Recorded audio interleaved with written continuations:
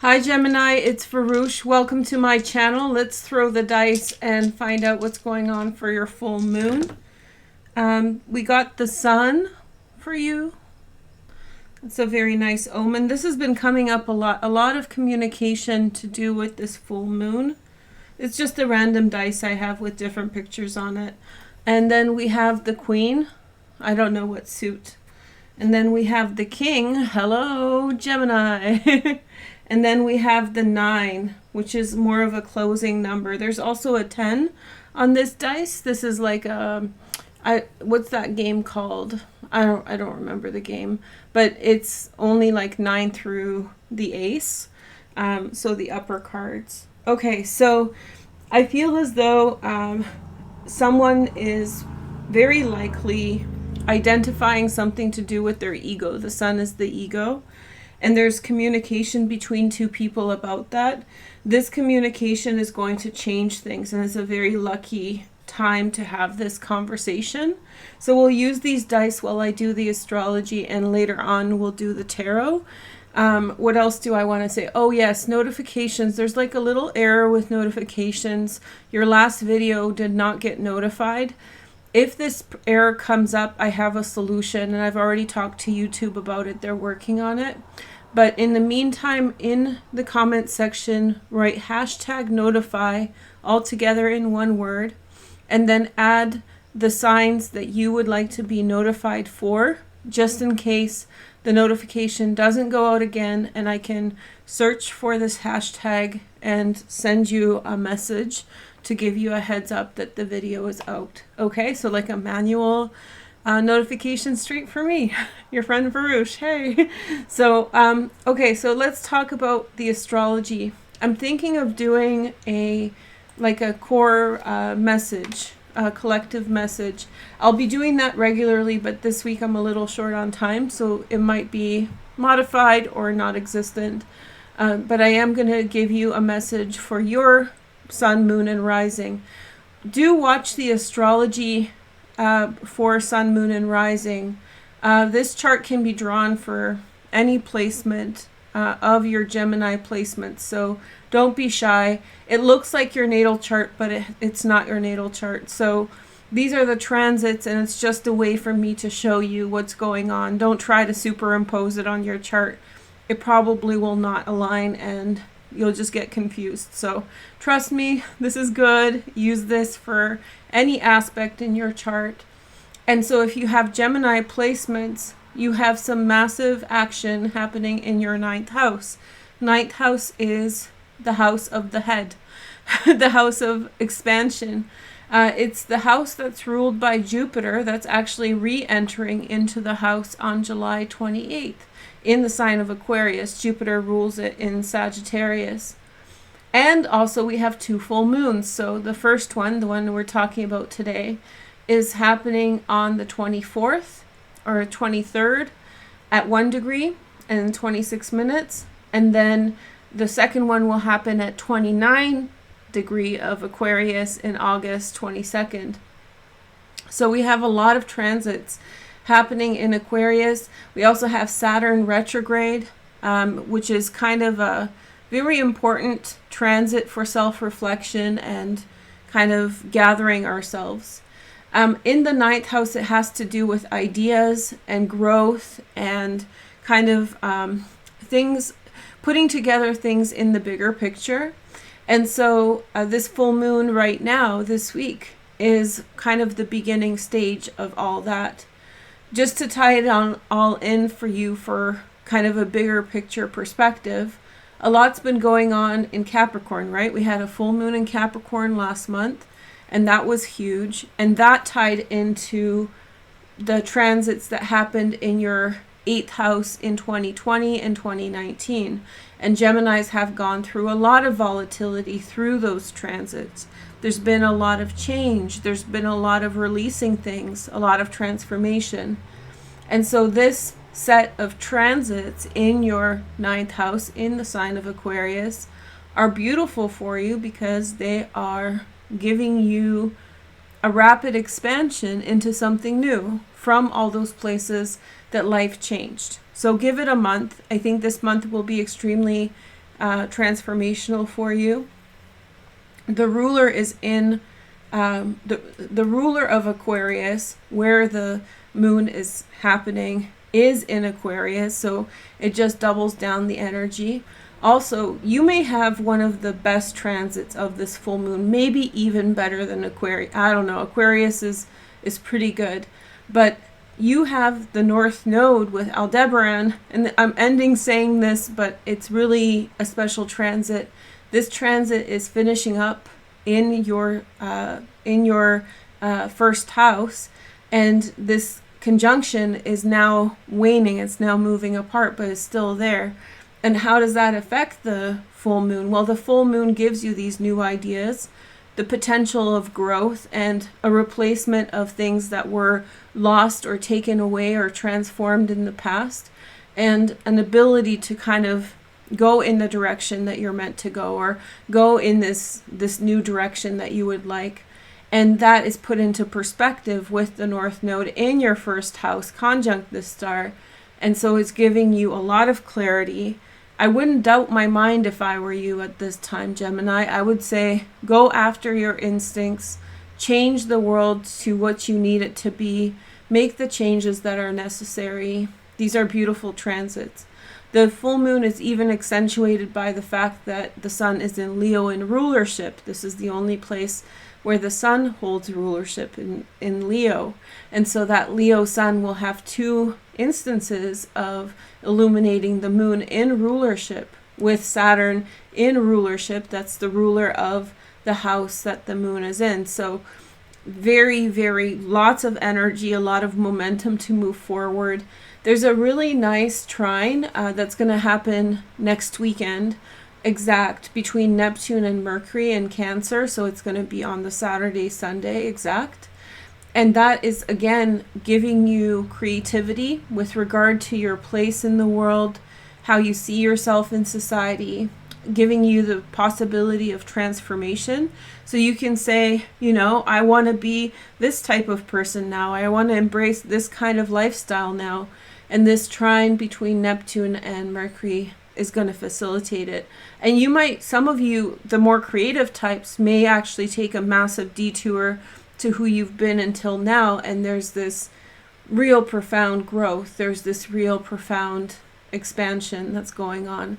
And Mercury's in the second house, which means that you may have learned something in the world. That's Neptune. Your ability to grasp of the world, Neptune in the 10th house, is very heightened now, right?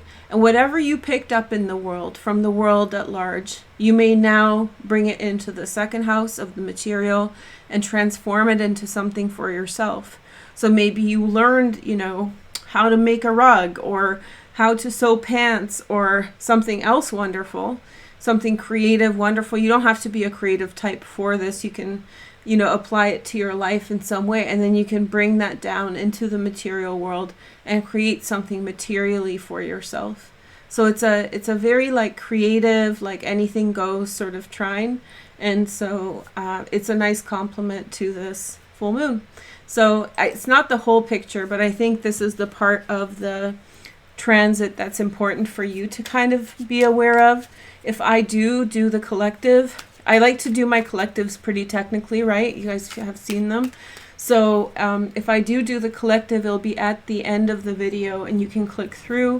If not, then I'll leave you something else to be aware of or to check out at the end of the video. Okay, so now let's take a look at your tarot card spread for this full moon. Let's see what's bringing for Gemini. We have 10 of Rods. So heavy, coming out of a situation in which there is loss or transformation, things taken out of your life, and now you are sort of putting it all together. Okay.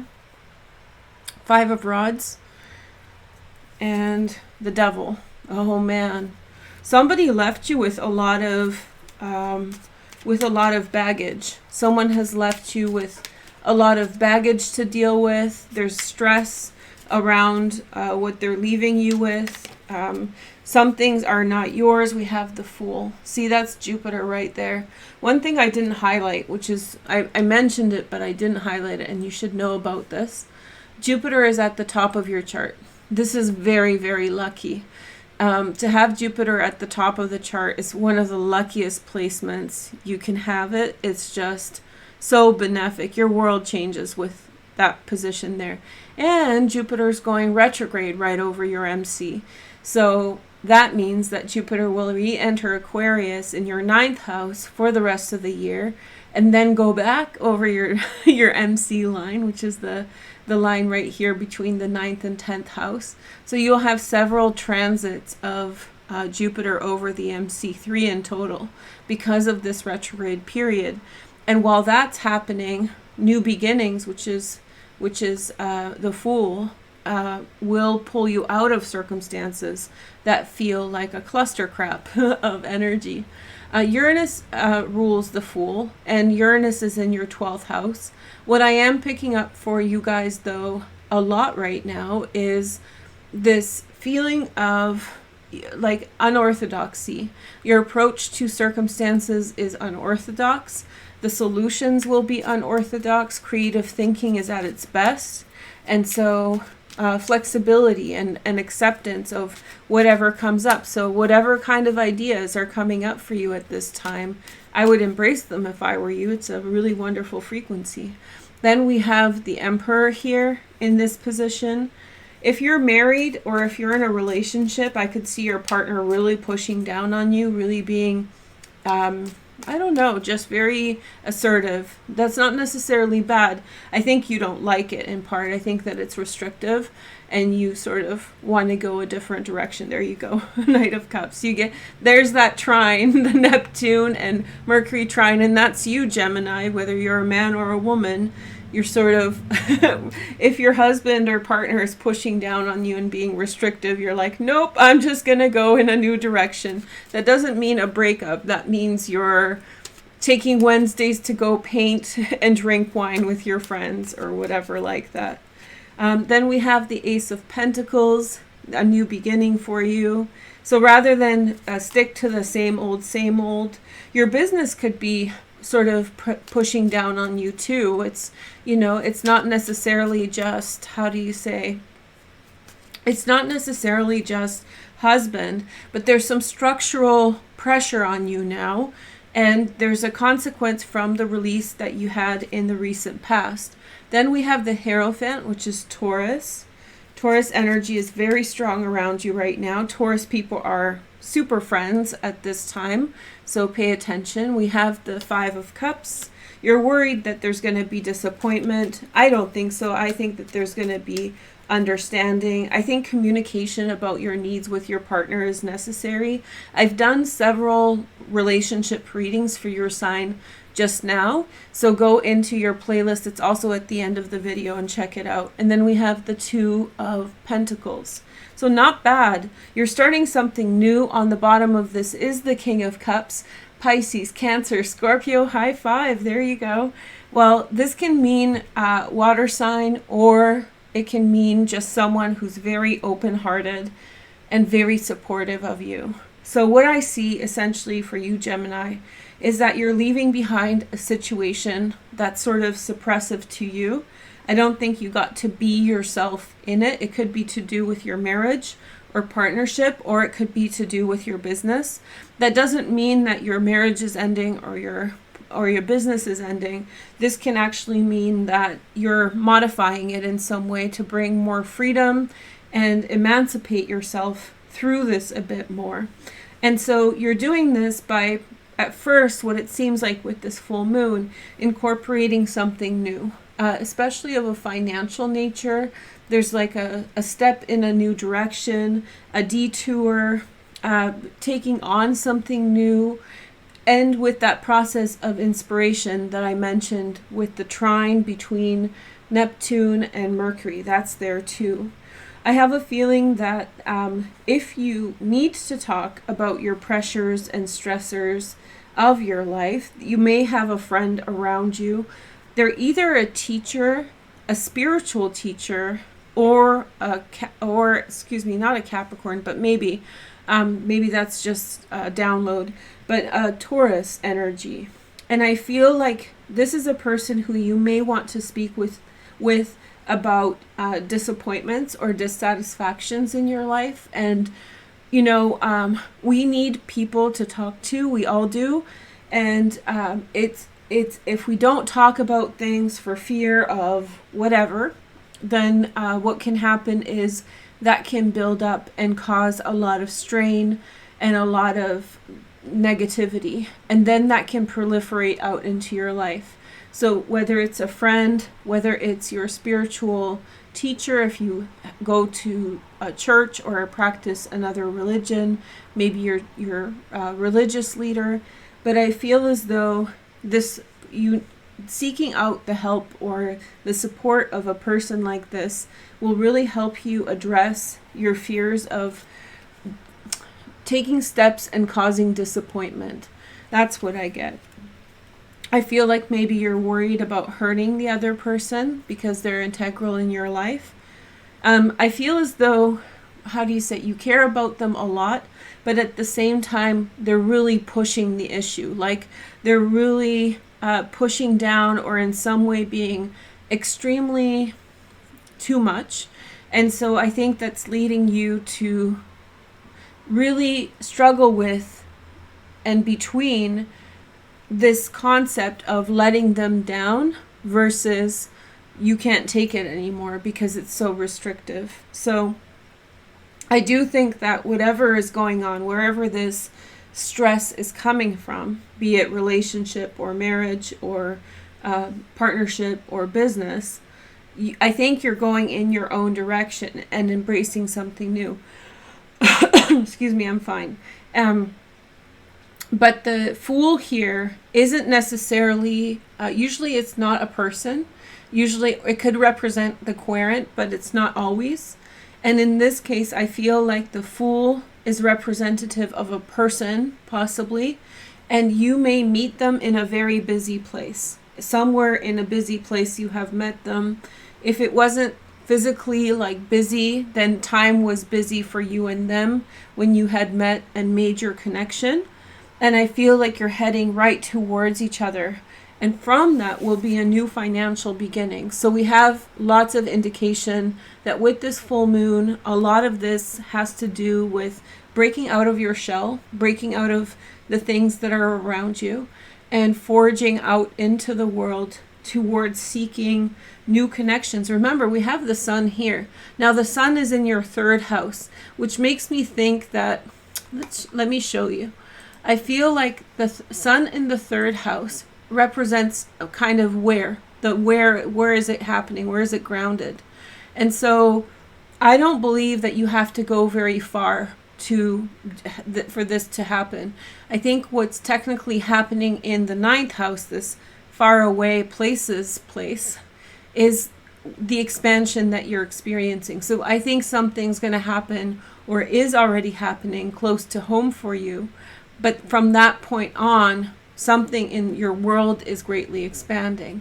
And I think that because of what you've gone through in 2019 and 2020 so much, there's so much room in your life for expansion and growth that it's just magnifies. It's just like water, right? If there's a space for water to seep into, it just goes right where it needs to go. So I think that very quickly you will see growth and success. So keep a very optimistic mindset with this situation. I see you as extremely optimistic right now. The only thing is that there are consequences to past circumstances that are just controlling or limiting to you. But I think that you're not necessarily confronting them. Lilith has just entered into Gemini, so confrontations for your sign are not recommended, but sort of dipping out. I wish I saw the Seven of Swords here, but the Knight of Cups is like, you're essentially offering your presence or emotion to another space in another direction. And I think that that's the healthy way to go. I think that there's some reservations around that, doubt, But I think that this new path is good. And what is this Two of Pentacles? It's like starting any business. It's going to have its ups and downs. So not everything's going to be perfect all the time, but it's a good direction forward. What is that? There's a song by Paula Abdul. Two steps forward, 1 step back. It's a really good kind of metaphor to not have expectations, to have only a clear way through, and to have patience for good outcomes in a kind of incremental capacity. Yeah. Okay. So I wish you guys all the best wishes, and I will talk with you soon. If you want more info on love, because I think something's coming up here about that, go watch your videos in the click through in your playlist. They're up now. So thank you for watching. Take care. Bye.